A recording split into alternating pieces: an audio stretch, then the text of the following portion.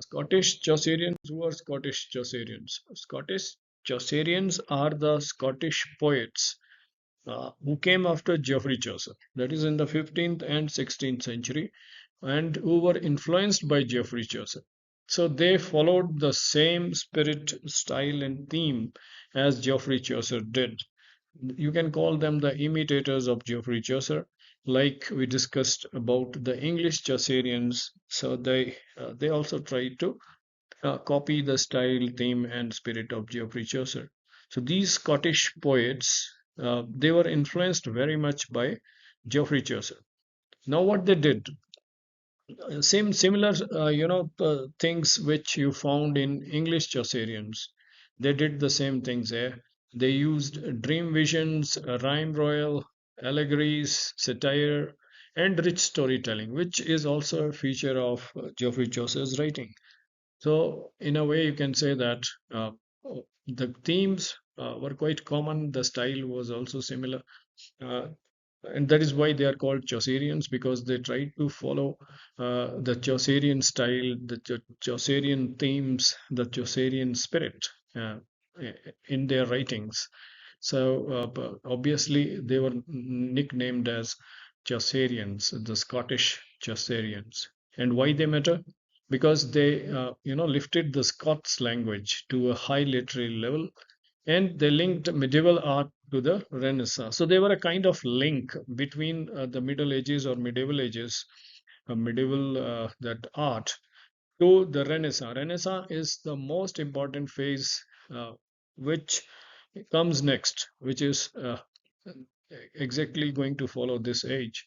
So these Scottish Chaucerians, especially, what they did is they provided a thrust, a kind of force which was needed uh, uh, by the Scottish language, that English, and they raised it to a high literary level, and they acted as a link between the medieval themes or medieval literature and the Renaissance, right? So I think this is clear to why they are called Chaucerians, because they followed the style, spirit, and theme of Geoffrey Chaucer.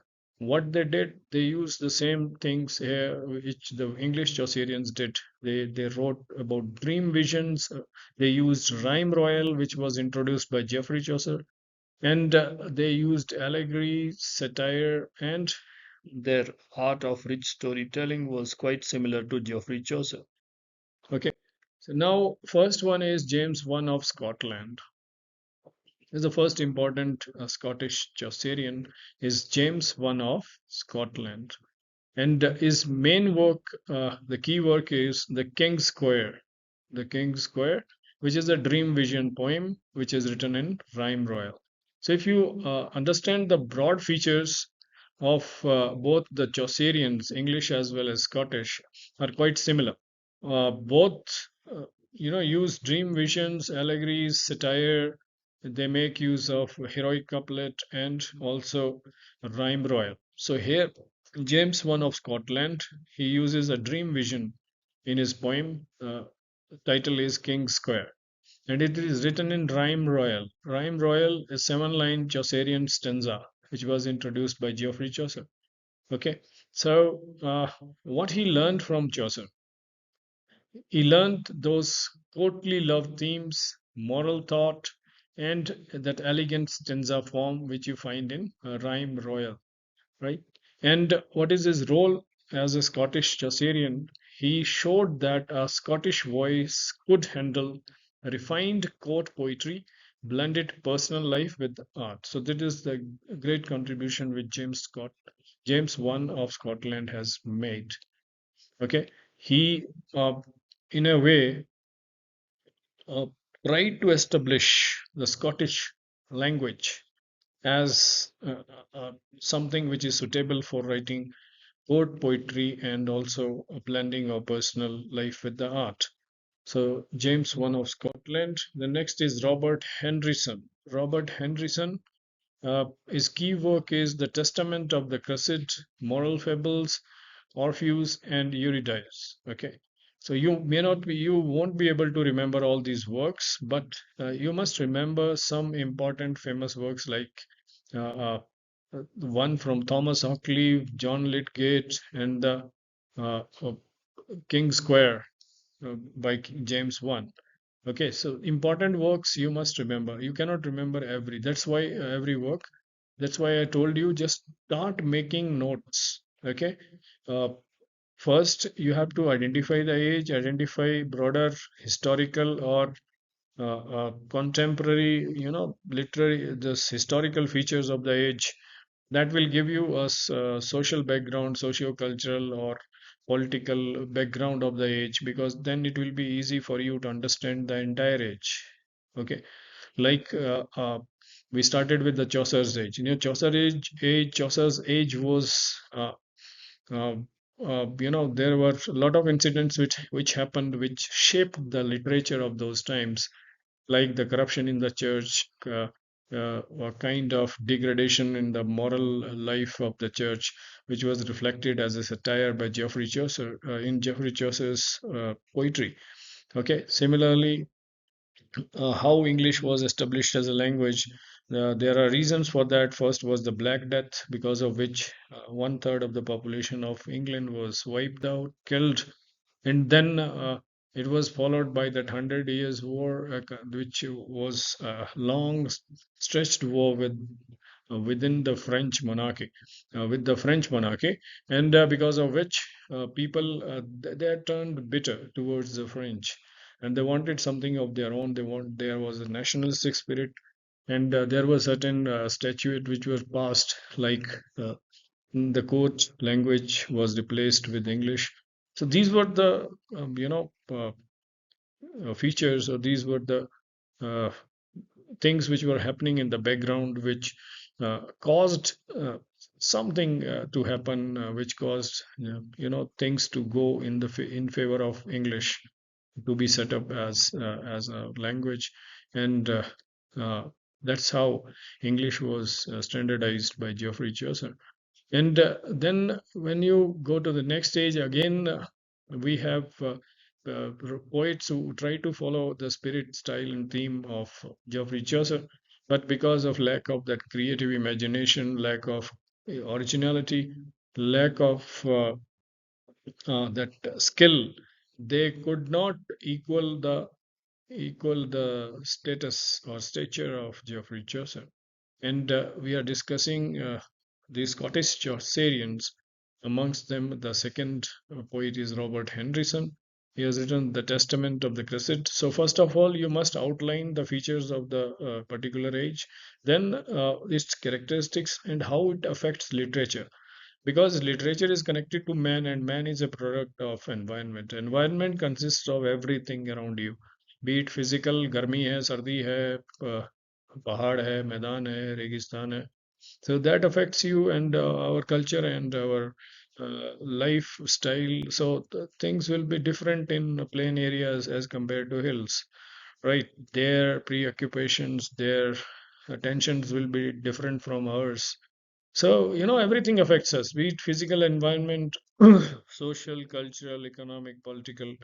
So, once you get an idea of all these things, then it is easier for you to apply those things to the entire age. And then comes the major, these writers, or maybe poets, novelists, or dramatists. So, you must pen them down simply, like in Chaucer's age, you have three, four poets who are important and their important works. This is how you are going to create a branching.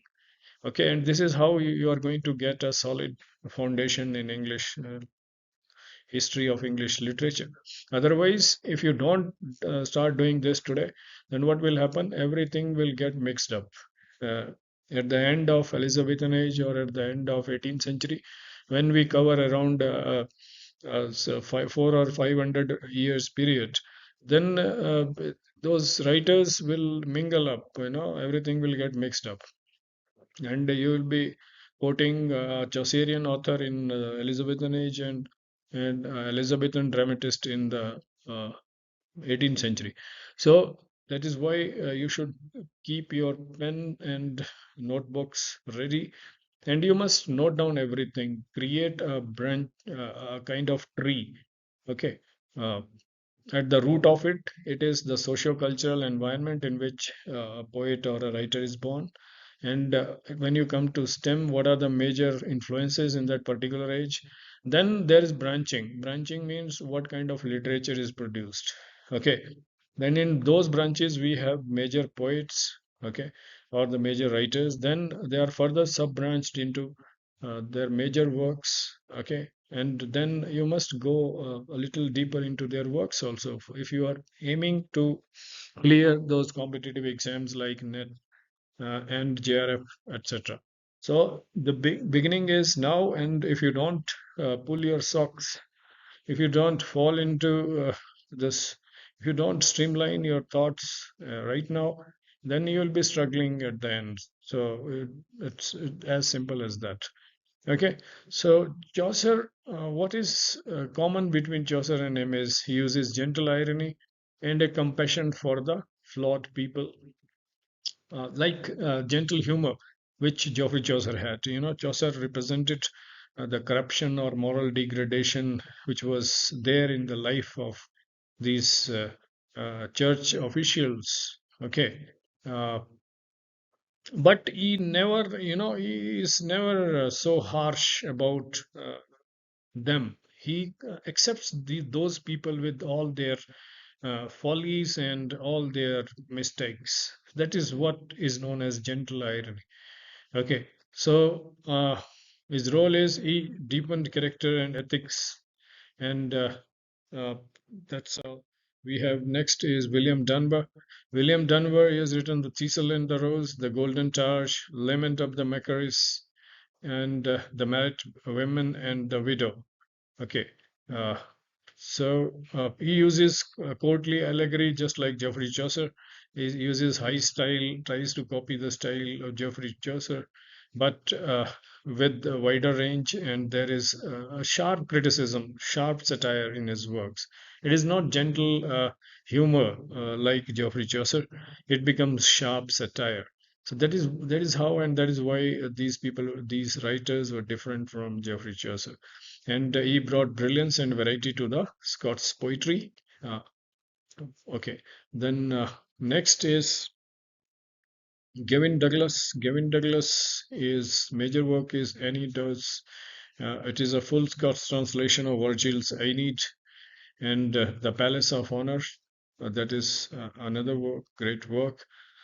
As I told you, just make branching. Okay, first you write about the age, like you have reached the 15th century. Now there are two branching here, two branches here. One is the Scottish Chaucerians, another is the English Chaucerian. In English Chaucerians, you draw further sub branching of John Lydgate, Thomas Harcliffe, and the poets whom they had discussed, and then you go to next Scottish one, then you write down those major those writers, then one or two important works you can, you won't be able to remember everything in one day, but if you remember what you can in one day, the next day you can move further. ऐसा नहीं है कि आप सोचेंगे कि मैं एक ही दिन सब पढ़ लूंगा मेरे को सब याद हो जाएगा, नहीं होगा. It won't happen unless things are consolidated in your brain, क्योंकि brain mapping करता है. ठीक है, the thoughts which enter your brain quite frequently, so they will be stored more permanently in your memory. uh, Otherwise it will discard all that information which is unnecessary, because our brain is very smart. It understands based on your uh, habits, it understands everything. Okay, so make it a habit to go through uh, the notes which you make every day, so that you get a concrete idea, get a consolidated idea. First you have to remember the major poets, then only you can remember their works. If you don't remember the age, if you don't remember the poets, then how you are going to associate those works with these poets or these writers? So this is going to get mixed up finally. So that is why I told you, please make notes, make proper notes, make a branching, and every day in the morning when you get up, just have a look at your notebook or whatever diary or something which you maintain. So that will give you a sense of connection, and that is very important. If you establish the connection, then everything follows automatically. But if you are not able to establish the connection, howsoever smart you are, howsoever hardworking you are going to struggle in the end. Though you will be doing good in your exams, that's all right because everyone should do good. But if you want, you must aim something higher in life. And if you are not doing that, then you are wasting your time. Okay, so everyone must try to do their best. Everyone, each one of you can achieve any damn thing in life. Only thing is dedication, focus, sincerity, and a continuous effort is required. Okay, करत करत अभ्यास के जड़मति होत सुजान. तो you are not जड़मति, you are all smart people.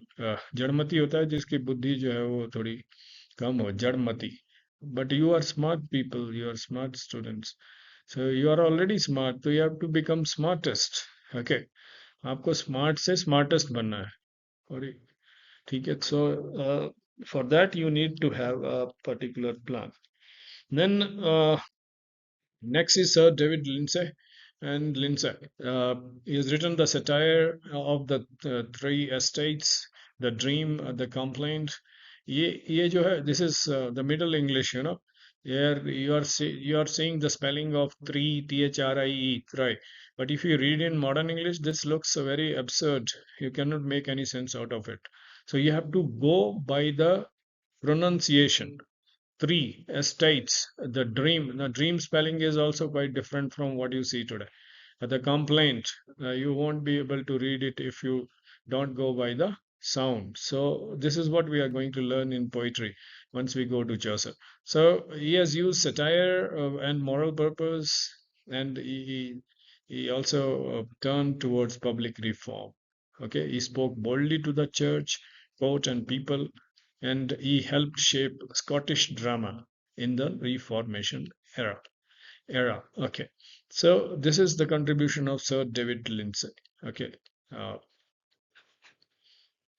next is why they matter. Why they matter? Because they try to keep that spirit of Geoffrey Chaucer, the that very great spirit or great tradition which he had left behind.